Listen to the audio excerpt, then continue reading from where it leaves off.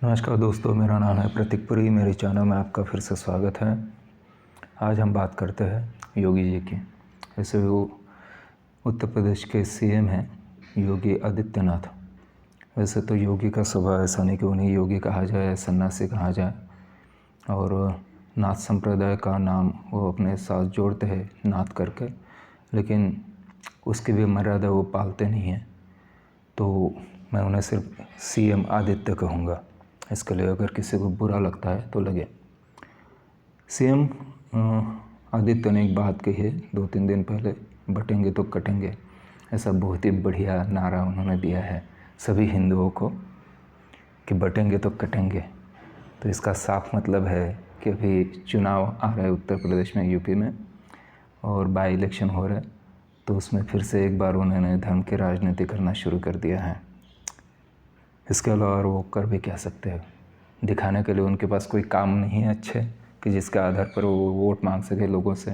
और लोग भी इतने बेवकूफ़ है कि धर्म की राजनीति करते ही, धर्म का नाम लेते ही, हिंदू मुस्लिम करते ही वो भी उनके साथ चले जाते हैं। लेकिन अभी आपको समझने की बात है कि आखिर ये कब तक चलेगा। बटेंगे तो कटेंगे क्यों भाई? आपको कौन बांट रहा है, आपको कौन काट रहा है? ये आपका देश है, ये आपका राज्य है, आपकी सत्ता है, आपकी पुलिस है, सब लोग आपके हैं। तो ये बांटने की बात कहाँ से आती है? फिर भी आप ये बांटने की बातें करते हो हमेशा, काटने की बातें करते हो हमेशा, और आपको शर्म भी नहीं आती ज़रा भी। कैसे बातें हम कैसे करें? और एक बात कौन कर रहा है? वो इंसान जो खुद को योगी कहता है, सन्यासी कहता है। सन्यासी का धर्म क्या होता है? सन्यासी यानी जिसने सब जग को त्याग दिया है, मोह माया को त्याग दिया है, वो संसार से परे चला जाता है, दूर हो जाता है। और ये साहब सत्ता में हैं, सत्ता भुगत रहे हैं।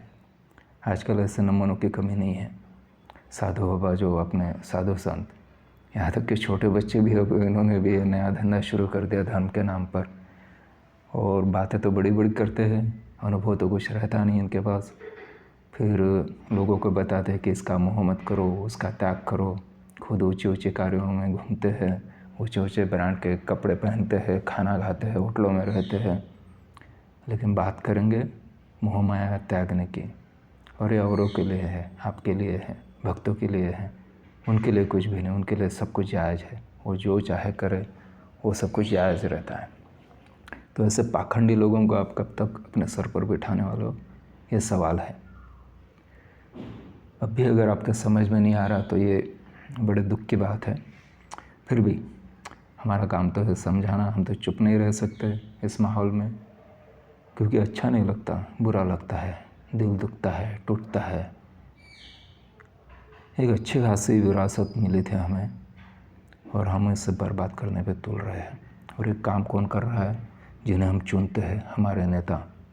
नेता का मतलब है जो सामने ले जाता है, उसे नेता कहते हैं। जिसे पुढ़ारी भी कहते हैं। तो जो सामने ले जाता है, आगे ले जाता है, ये बस हमें पीछे ले जाने का काम कर रहे लोगों को। तो योगी नहीं, सीएम आदित्य, ये बीजेपी के है, भारतीय जनता पार्टी के। और भारतीय जनता पार्टी की ही बात चला रहे हैं। जो भारतीय जनता पार्टी औरों के लिए और जगह बाकी उनके नेता कहते हैं, वही ये कर रहे। तो उनसे बाकी कोई उम्मीद भी नहीं थी। उम्मीद आप लोगों से है कि आप बटेंगे नहीं, आप कटेंगे नहीं। हिंदू मुस्लिम एक हो जाएंगे आप, और इनको सबक सिखाएंगे। मैं दिल से उम्मीद करता हूँ कि आप कम से कम अब तो जाग जाएंगे। कि वैसे भी हिंदू जागो जागो का नारा लगा रहे, तो जाग जाओ हिंदू। ये धर्म के राजनीति में फंसाकर आपको बेवकूफ़ बना रहे, उल्लू बना रहे, आपकी ज़िंदगी तबाह कर रहे। मैं हमेशा ये बात कर रहा हूँ, जिन लोगों के पास काम नहीं है, ऐसे बच्चे, ऐसे युवा, ये इनकी बातों से बहक कर मुस्लिमों के ख़िलाफ़ न जाने क्या क्या बातें कर रहे। पुलिस उन्हें पकड़ती है, जेल में ठूस देती है। बाद में बीजेपी के लोग उन्हें उनके हालचाल पूछने के लिए भी नहीं आते, उनके घर वालों पे क्या बीतते ये भी नहीं जानते। और ये पागलों की तरह उनके पीछे भाग रहे, मुस्लिम मुस्लिम करते हुए। तो ऐसा मत कीजिए, जाग जाइए आप। ये जागने का वक्त है, ये सोने का वक्त नहीं है। ये एक साथ आने का वक्त है, ये बंटने का वक्त नहीं है, किसी को काटने का भी वक्त नहीं है।